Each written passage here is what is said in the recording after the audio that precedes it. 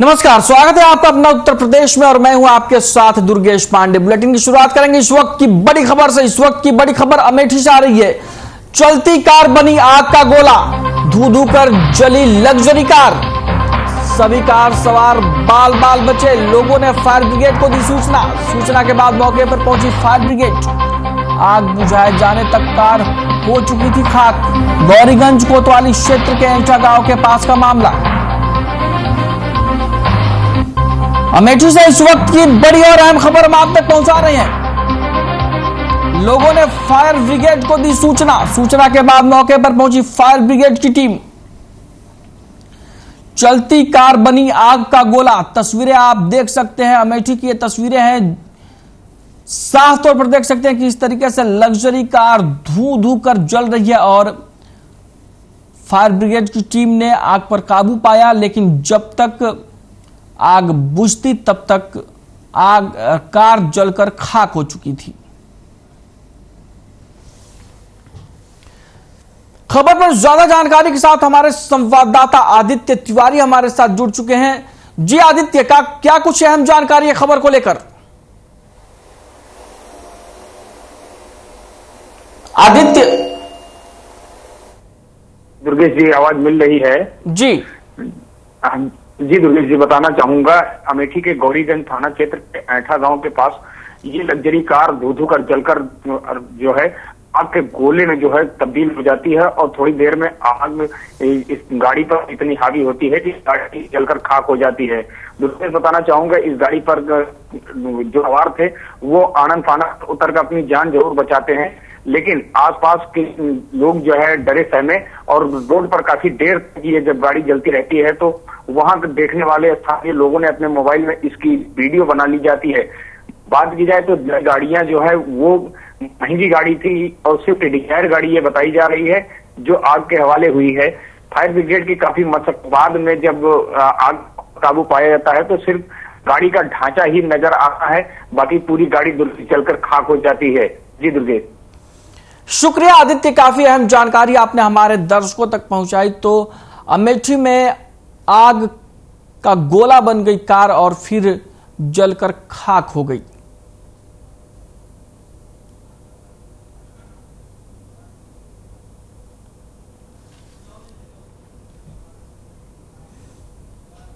खबर अमरोहा से है, जहां बसपा सांसद कुंवर दानिश अली की तरफ से उमेश पाल के हत्यारों के खिलाफ हो रही कार्रवाई को लेकर किए गए ट्वीट पर अमरोहा लोकसभा के गढ़मुक्तेश्वर विधानसभा से पूर्व बीजेपी विधायक कमल मलिक ने निशाना साधा है। उन्होंने कहा कि लगता है कि टीपू सुल्तान की तरह इनका भी माफियाओं से पुराना रिश्ता है, इसीलिए इस तरीके के ट्वीट कर रहे हैं। सरकार सबका साथ सबका विकास की राह पर काम कर रही है और ये सब जानते हैं कि सपा और बसपा में किस तरीके से लोगों को रेवड़िया बांटी और माफियाओं को संरक्षण दिया गया। अमरोहा के सांसद दानिश जी का भी मैंने ट्वीट देखा। उमेश पाल के हत्यारों के खिलाफ हो रही कार्रवाई से वो बहुत दुखी हैं।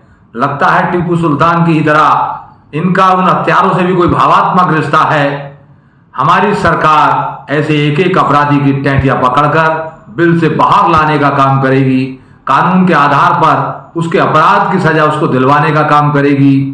कुछ लोगों को लाभ हमारी सरकार नहीं पहुंचाती, ये सब लोग जानते हैं। सपा और बसपा की सरकारों ने किस प्रकार से अपने लोगों को रेवड़ियां बांटी थी। हमारी सरकार तो सबका साथ सबका विकास के लिए काम करती है। बात करेंगे इस वक्त की बड़ी खबर की। इस वक्त की बड़ी खबर सीतापुर से आ रही है। पुलिस कर्मियों पर लगे आरोप, मंदिर जा रहे भाई बहन को रोका, भाई बहन ने की पुलिस ने अभद्रता।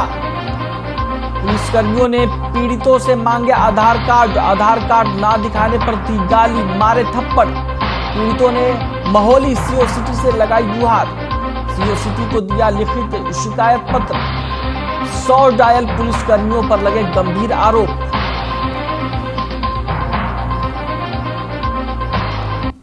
आधार कार्ड ना दिखाने पर पुलिसकर्मियों ने भाई बहन से गाली गलौज की और उन्हें थप्पड़ मारे हैं। तस्वीरें आप देख सकते हैं, सीतापुर की ये तस्वीरें हैं जहां पर मंदिर जा रहे भाई बहन को पुलिसकर्मियों ने रोक लिया था और उसके बाद पुलिस पर भाई बहन की ओर से अभद्रता के आरोप लगाए गए हैं।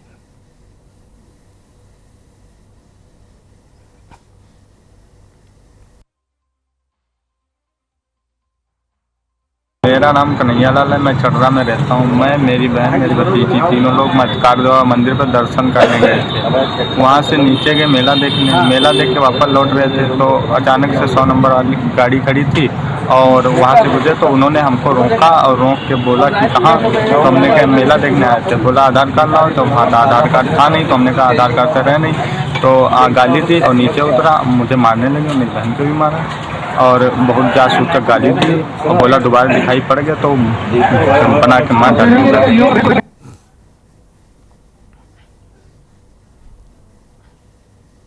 वहीं सुहेलदेव भारतीय समाज पार्टी के कई नेताओं ने पार्टी को छोड़ दिया है और निषाद पार्टी का दामन थाम लिया है। आपको बता दें कि लखनऊ में आयोजित निषाद पार्टी के सम्मेलन में पार्टी अध्यक्ष संजय निषाद ने सभी को सदस्यता ग्रहण कराई। इस अवसर पर निषाद पार्टी के राष्ट्रीय अध्यक्ष संजय निषाद ने कहा कि पार्टी की नीतियों से प्रभावित होकर दूसरे दलों के कई और भी नेता पार्टी में जल्द शामिल होंगे, जिससे पार्टी और भी मजबूत होगी। उन्होंने कहा कि राजनीति में भाषा का संयम जरूरी है।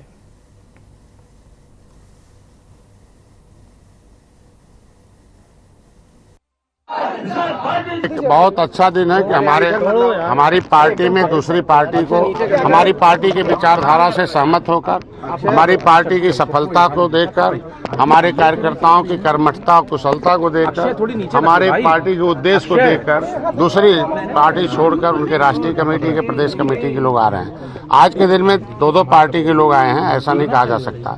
हमारे निगाह में कोई पार्टी खराब नहीं है, लेकिन कुछ शब्द खराब हैं जिसको लेकर लोगों को ठेस पहुंचता है। आज के दिन में हम आज इन जोन को ज्वाइन किया है। भारतीय समाज पार्टी अपने संगठनात्मक कार्यक्रम कर रहे हैं और हम अपने संगठन को मजबूत करने में लगे हैं।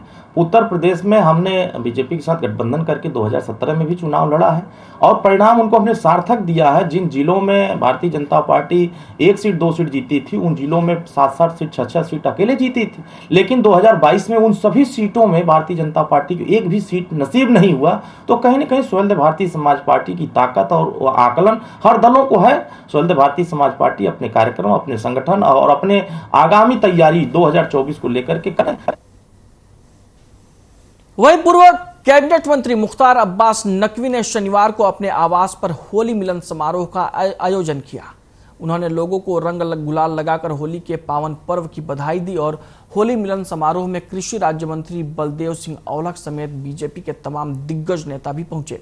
इस दौरान कृषि राज्य मंत्री के साथ गले में ढोल डालकर उन्होंने ढोल बजाया और इस मौके पर नकवी ने विपक्ष पर निशाना साधते हुए कहा कि मोदी की मजबूत लकीर ने खानदानी फकीरों को परेशान किया हुआ है।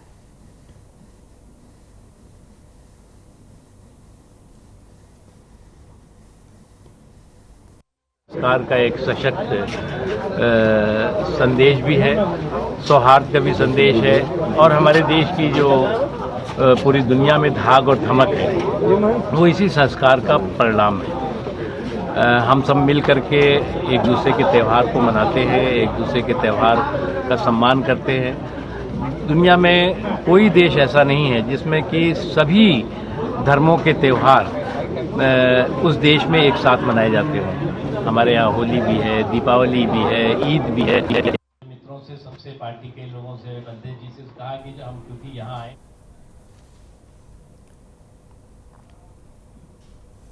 आगामी त्योहारों को लेकर जिलाधिकारी अनुज सिंह की अध्यक्षता में दृष्टिगत पीस कमेटी की बैठक हुई, जिसमें पुलिस प्रशासन समेत कई विभागों के अधिकारी मौके पर मौजूद रहे।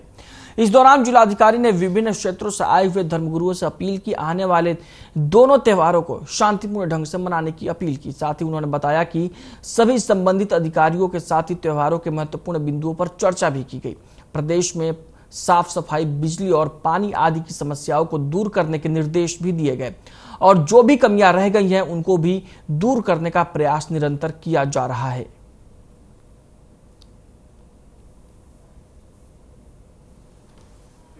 तो दिक्कत ये हो सकती है कहीं पर कि आप होलिका जला रहे हो और पास में किसी का छप्पर है उस तक आग पहुंच जाए। तो थोड़ा इस बात को लेकर के भी आप जब लोगों से बात करें तो यह आह्वान करें लोगों से कि इस पर ध्यान रखें। उसका स्वरूप इतना रखें कि आजू बाजू की झोपड़ी यहाँ वहाँ पे आग ना लगे, ताकि किसी गरीब का नुकसान इसमें नहीं होना चाहिए। ये मेरा होलिका दहन के संबंध में जो बातें थी वो आप लोगों से कहनी थी। दूसरा जो पार्ट है वो एक मैं ये कहना चाहूंगा कि इसके बाद में जो अगला पार्ट है वो है शबे बारात का। शबे रात में जैसे एसएसपी साहब ने कहा, एक तरीके से वो भी पूर्वजों के लिए हम लोग जा करके वहां माफी मांगते हैं, आवश्यकता पड़ सकती है। तो बात करेंगे इस वक्त की बड़ी खबर की। इस वक्त की बड़ी खबर बिजनौर से आ रही है। ईशा प्लाईवुड फैक्ट्री में लगी आग। आग लगने से 50 लाख रुपए का नुकसान। फैक्ट्री में आग लगने से मचा हड़कंप। सूचना के बाद पहुंची फायर ब्रिगेड। घंटों मशक्कत के बाद आग पर पाया काबू। फैक्ट्री मालिक ने पुलिस को दी सूचना। चांदपुर जलीलपुर मार्ग स्थित ईदगाह के पास का मामला। बिजनौर से इस वक्त की बड़ी और अहम खबर हम आप तक पहुंचा रहे हैं। फैक्ट्री में आग लगने से मचा हड़कंप। सूचना के बाद मौके पर पहुंची फायर ब्रिगेड की गाड़ी। तस्वीरों में आप साफ तौर पर देख सकते हैं किस तरीके से प्लाईवुड की फैक्ट्री में आग लगने के बाद का यह मंजर है। आग ने सब कुछ खाक कर दिया है और लाखों रुपए का नुकसान फैक्ट्री में हुआ है। आग लगने से 50 लाख रुपए के नुकसान की आशंका जताई जा रही है।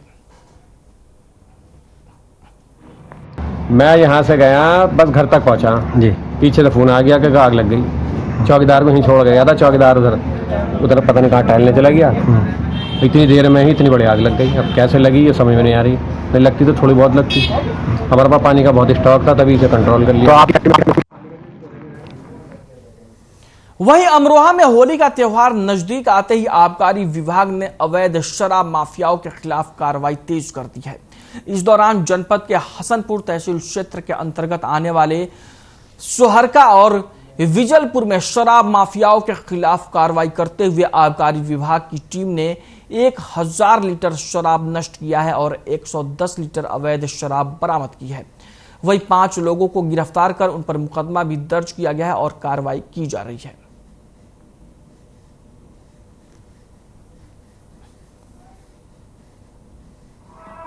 होली के त्योहार के दृष्टिगत आबकारी आयुक्त जिलाधिकारी महोदय के निर्देशानुसार पुलिस और आबकारी विभाग की संयुक्त टीम द्वारा कल हसनपुर के ग्राम सोहरका, शीतला सराय और बीजलपुर में छापा मारा गया। छापे के दौरान 1000 किलोग्राम लहन नष्ट किया गया है। 110 लीटर शराब बरामद की गई है तथा 5 अभियुक्तों के विरुद्ध मुकदमा पंजीकृत किया गया। बात करेंगे इस वक्त की बड़ी खबर की। इस वक्त की बड़ी खबर बिजनौर से आ रही है। विधवा ने एसपी को प्रार्थना पत्र दिया। महिला ने लगाया घर में चोरी का आरोप।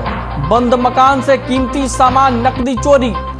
दिल्ली में रिश्तेदार के घर गई थी महिला। थाना चांदपुर क्षेत्र के गांव लुहारपुर का मामला। थाना चांदपुर क्षेत्र के गांव लुहारपुर का यह मामला सामने आया है, जहां पर विधवा ने एसपी को भेजा प्रार्थना पत्र। महिला ने लगाया घर में चोरी का आरोप। बंद मकान में चोरी की वारदात हुई है। विधवा ने एसपी को प्रार्थना पत्र सौंपा है।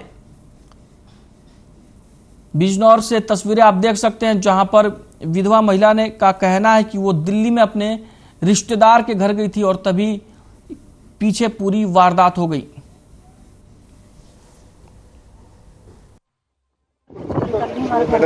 किसने? राजपाल सिंह ने। राजपाल सिंह ने जी। जगमाल सिंह। क्यों, क्या क्या क्या चोरी किया उन्होंने? सभी सामान निकालने, बड़ा संदूक था, एलसीडी जी, चीज भी, पैसे भी सब रखे थे।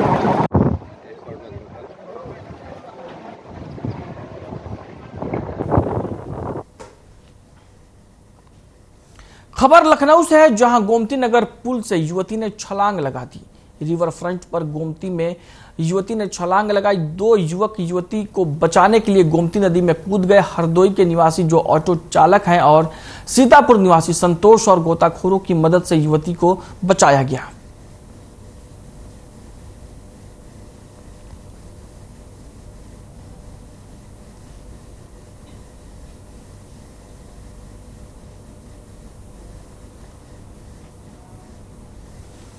खबर बांदा के बिसंडा थाना क्षेत्र के पलहरी गांव से है, जहां संदिग्ध परिस्थितियों में एक व्यक्ति का शव तालाब में मिला है। शव को तालाब में तैरता देख स्थानीय लोगों ने तुरंत इसकी सूचना पुलिस को दी।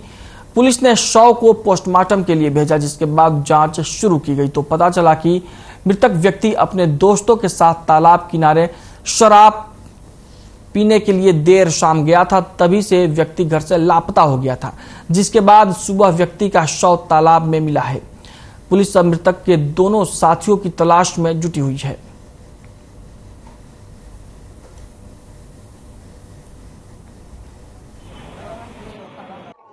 नमस्ते। मामला हमारी समझ में नहीं आ रहा है, न उसका निष्कर्ष निकाल पा रहे हैं। अच्छा, मृत्यु किसकी हुई है? मृत्यु हुई मेरे नाते की, बिटिया के लड़के की।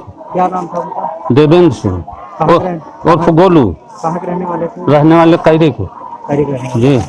कि थाना बिसंडा क्षेत्र के ग्राम पलहरी में एक देवेंद्र पटेल नाम के व्यक्ति की डेड बॉडी यहाँ पर एक तालाब में मिली है। तत्काल इस सूचना पर हम सभी अधिकारीगण फील्ड यूनिट डॉग स्क्वाड मौके पर पहुँचे हैं। मौके का मुआयना किया गया है। अभी जो प्रथम दृष्टया जो सूचना आ रही है कि ये 2 लोगों और के साथ यहाँ पर रात में 7:30 बजे निकले थे। यहाँ पर इन लोगों ने शराब पी। वहीं गाजियाबाद की इंदिरापुरम पुलिस और साइबर सेल की टीम ने यूएसए के उपभोक्ताओं से ठगी करने वाले गिरोह का पर्दाफाश किया है। आपको बता दें कि यहां ज्ञानखंड में स्थित एक इमारत के टॉप फ्लोर पर अवैध रूप से एक कॉल सेंटर चलाया जा रहा था, जिसमें मुख्य रूप से यूएसए के नागरिकों से सॉफ्टवेयर इत्यादि जैसी सर्विस आदि प्रदान करने के नाम पर ठगी की जा रही थी। पुलिस ने इस मामले में 14 आरोपियों को गिरफ्तार किया है, जिनके पास से 19 mobile phone, 17 CPU, 16 monitor, 15 keyboard, 11 mouse, 16 headphone और एक लैपटॉप भी बरामद किया गया है। आपको बता दें कि पकड़े गए आरोपी गाजियाबाद, फरीदाबाद और नोएडा के निवासी हैं।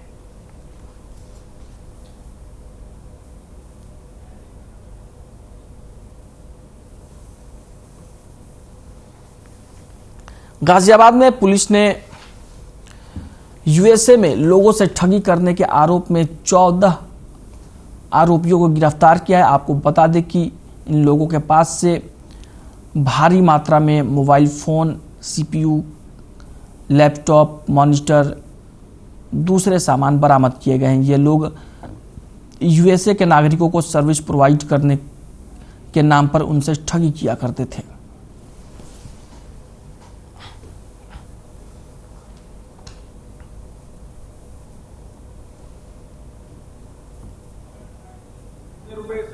इंदिरापुरम थाना क्षेत्र में ये एक कॉल सेंटर चलता था जो प्राइमरीली यूएस के कस्टमर्स को स्कैम करने का काम करता था। इस गैंग के 3 पार्ट होते हैं। जो मुख्य पार्ट पकड़ा गया है, इनके पास कॉल्स आते थे और ये कॉल्स रिसीव करते थे, उन कस्टमर्स को स्कैम करते थे सॉफ्टवेयर वगैरह इंस्टॉल कराने के नाम पे, मुख्यतः एंटीवायरस सॉफ्टवेयर इंस्टॉल कराने के नाम पे उनसे पेमेंट्स लेते थे। पहला जो गैंग का जो एक पार्ट होता है वो इनको कॉल्स अरेंज करा के देता था कि इनके सिस्टम पे वो कॉल्स आती थी। ये कॉल्स रिसीव करके कस्टमर्स को कन्विंस करके उनको स्कैम करके पेमेंट कराते थे।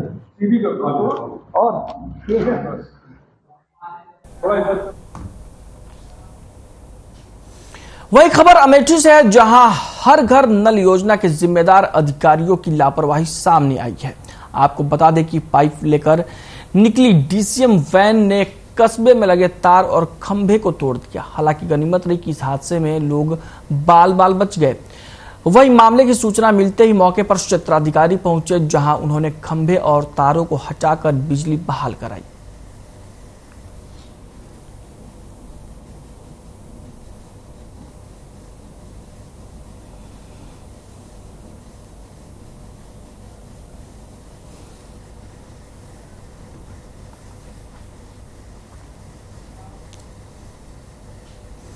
बात करेंगे इस वक्त की बड़ी खबर की। इस वक्त की बड़ी खबर लखीमपुर खीरी से आ रही है। कच्ची शराब के खिलाफ ताबड़तोड़ छापेमारी।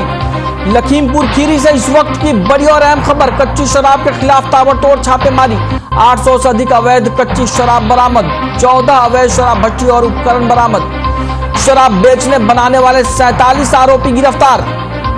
लखीमपुर खीरी से इस वक्त की बड़ी खबर, कच्ची शराब के खिलाफ ताबड़तोड़ छापेमारी, 800 से अधिक अवैध कच्ची शराब बरामद। शराब बेचने बनाने वाले 47 आरोपी गिरफ्तार हुए हैं। तस्वीरें आप देख सकते हैं, तस्वीरें लखीमपुर खीरी की हैं, जहां पर अवैध शराब के खिलाफ अभियान चला है और इस दौरान भारी मात्रा में अवैध कच्ची शराब बरामद की गई और उसे नष्ट किया गया है।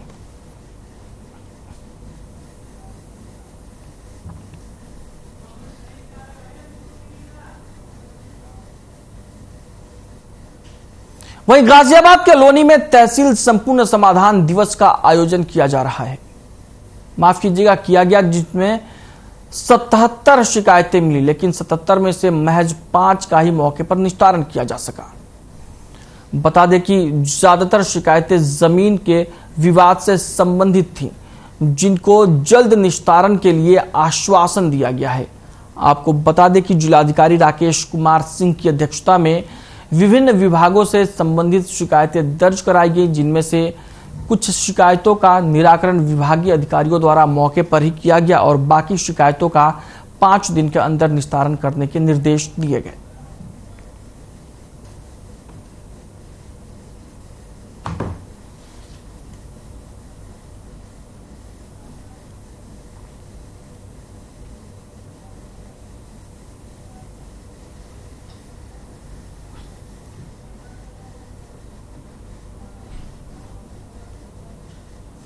खबर लखनऊ से है, जहां मुख्यमंत्री योगी आदित्यनाथ ने परिवहन निगम के 50 साल पूरे होने के अवसर पर राजधानी एक्सप्रेस बस सेवा को हरी झंडी दिखाकर रवाना किया। इस दौरान उन्होंने कहा कि हमारा लक्ष्य प्रदेश के 1 लाख राजस्व गांवों को बस सेवा से जोड़ने का है। 10 साल में पुरानी बसों को स्क्रैप करके नई तैयार की जाए और साथ ही ये भी कहा कि परिवहन विभाग पर्यटन और राजस्व विभाग के साथ मिलकर ढाबे और होटल खुलवाने की योजना बनाए। आपको बता दें कि मुख्यमंत्री योगी आदित्यनाथ ने प्रदेशवासियों को 115 बसों की सौगात दी है। उत्तर प्रदेश परिवहन निगम के स्वर्ण जयंती के उपलक्ष्य में मैं परिवहन विभाग के सभी अधिकारी और कार्मिकों को हृदय से बधाई देता हूं। एक शानदार यात्रा के लिए और प्रदेश की 25 करोड़ जनता की सुगम और आसान यात्रा के लिए विगत 50 वर्षों से जिस यात्रा को आपने प्रारंभ किया है, आज वह अपने साथ होली के पूर्व कुछ नई उपलब्धियों को जोड़ने जा रहा है। मैं इसके लिए पूरे परिवहन विभाग का हृदय से अभिनंदन करता हूं और आप सबके प्रति अपने बधाई और शुभकामनाएं भी देता हूं। मुझे प्रसन्नता है कि आज स्वर्णिम लोगो भी परिवहन विभाग ने अपना जारी किया है। हम सब जानते हैं कि यह वर्ष देश की आजादी का अमृत महोत्सव का पहला वर्ष है। यह देश आगामी 25 वर्षों की जिन यात्राओं को लेकर के आगे बढ़ने जा रहा है, जिन संकल्पों, जिन जज्बों को लेकर के आगे बढ़ने जा रहा है, उस प्रथम वर्ष में उत्तर प्रदेश परिवहन निगम अपने 50 वर्ष की स्वर्णिम यात्रा को सजोए हुए एक नई शानदार यात्रा के लिए आगे कार्य कर रहा है। परिवहन निगम के कार्यों को मुझे बचपन से देखने, जानने का अवसर प्राप्त होता रहा है, लेकिन 2 बड़े इवेंट जब हम लोगों ने देखे हैं, एक दुनिया का सबसे बड़ा सांस्कृतिक आयोजन प्रयागराज कुंभ, 24 करोड़ श्रद्धालु उस कुंभ में 45 दिनों के आयोजन में सहभागी बने थे और 24 करोड़ श्रद्धालुओं को सुगम यात्रा में परिवहन निगम ने उस समय एक अच्छी भूमिका का निर्वहन किया था। उसके लिए हमें परिवहन निगम की बेड़े में 5000 नई बसेस राज्य शासन की तरफ से हम लोगों ने उपलब्ध करवाए थे जिनके बल पर 24 करोड़ लोगों की सुगम यात्रा को आसान बनाने के लिए, उन श्रद्धालुओं की सुगम यात्रा और आसान यात्रा के लिए परिवहन निगम के सभी कार्मिकों ने बड़ी भूमिका का निर्वहन किया था। बुलेटिन में फिलहाल के लिए इतना ही। मुझे दीजिए इजाजत। नमस्कार।